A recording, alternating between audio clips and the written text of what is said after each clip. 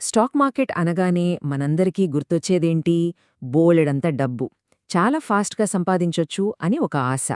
కానీ ఆ ఆకర్షణ వెనకాలే కొన్ని ప్రమాదకరమైన ఉచ్చులు కూడా ఉంటాయి. ముఖ్యంగా మార్కెట్లోకి కొత్తగా అడుగుపెట్టేవాళ్ల కోసం.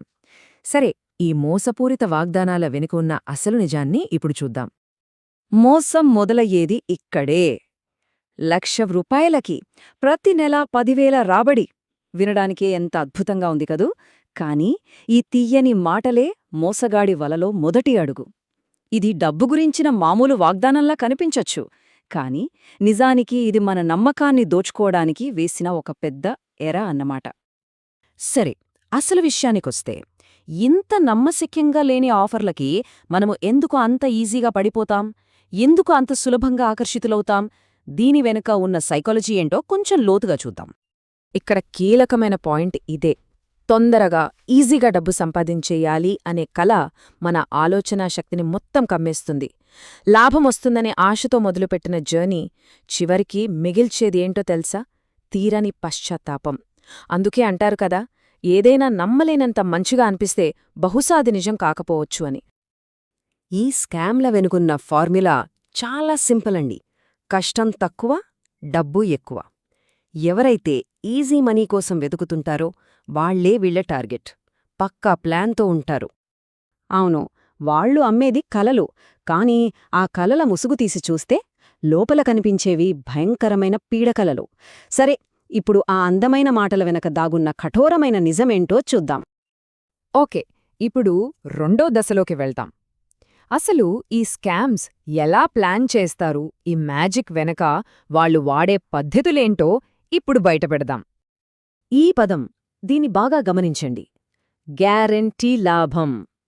స్టాక్ మార్కెట్ నేచరేంటి? అది ఎప్పుడూ ఒడిదుడుకులతో ఉంటుంది. అలాంటి చోట ఎవరైనా గ్యారెంటీగా లాభమిస్తామని చెప్తున్నారంటే అది సేఫ్టీకి సిగ్నల్ కాదు, అది ఒక పెద్ద ఉచ్చుకి క్లియర్ వార్నింగ్. ఇక్కడొక చాలా ఇంట్రెస్టింగ్ విషయముంది. ఈ స్కామర్లు మార్కెట్ ట్రెండ్స్ని కాదు, మనుషుల బలహీనతల్ని టార్గెట్ చేస్తారు. ముఖ్యంగా అత్యాశని. వాళ్ళకి మార్కెట్ ఎలా పనిచేస్తుందో తెలియకపోయినా పర్లేదు, కానీ మన మైండ్ ఎలా పనిచేస్తుందో వాళ్ళకి చాలా బాగా తెలుసు. ఈ స్లైడ్ చూస్తే మనకు క్లియర్గా అర్థమవుతుంది వాళ్ళు చెప్పే మాటకి, వాళ్ల అసలు ఉద్దేశానికి మధ్య ఎంత తేడా ఉందో.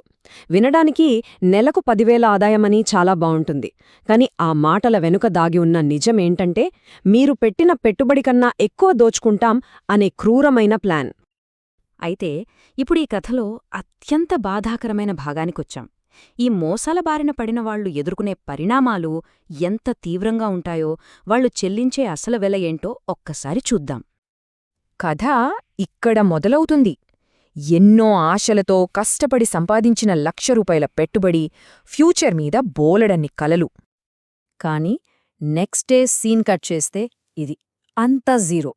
ఆ నష్టం ఎంత వేగంగా, ఎంత సైలెంట్గా జరిగిపోతోందో కదా. ఈ స్లైడ్లో చెప్పినట్టు మార్కెట్ మిమ్మల్ని ధనవంతుల్ని చేయగలదు, కాని స్కామ్లు మిమ్మల్ని పేదవాళ్లని చేస్తాయి. ఇది కేవలం డబ్బు విషయంలో పేదరికం కాదు, మానసికంగా కూడా. నమ్మకం కోల్పోవడం, సెల్ఫ్ కాన్ఫిడెన్స్ పోవడం, ఇవి డబ్బు నష్టం కన్నా చాలా చాలా పెద్దవి. ఫైనల్గా ఈ స్కామ్స్ నుంచి మనకొచ్చే అసలు రిటర్న్ ఇదే, ఒక పెద్ద 0. ఈ ఒక్క అంకె మొత్తం కథని, ఆ చేదు నిజాన్ని ఎంత పవర్ఫుల్గా చెప్తోందో చూడండి. ఓకే, ఇప్పటిదాకా మనం సమస్య గురించి చూశాం. ఇప్పుడు సొల్యూషన్ వైపు వెళతాం.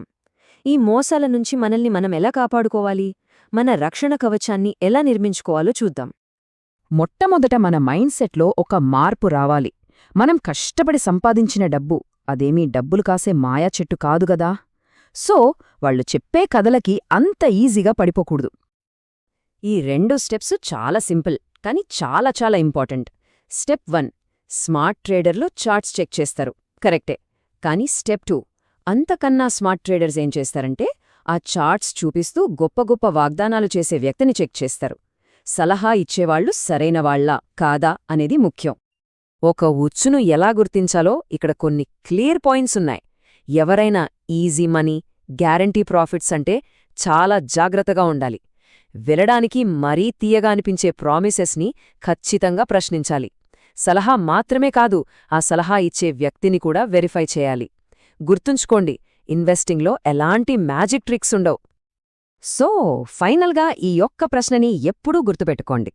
భవిష్యత్తులో ఏదైనా ఫినాన్షియల్ ఆపర్చునిటీ మన ముందుకొచ్చినప్పుడు మనల్ని మనం ప్రశ్నించుకోవాలి, ఇది నిజమైన ఇన్వెస్ట్మెంట్ సలహానా, లేక కేవలం ఊరించి చెప్పే ఒక మాయా కథనా?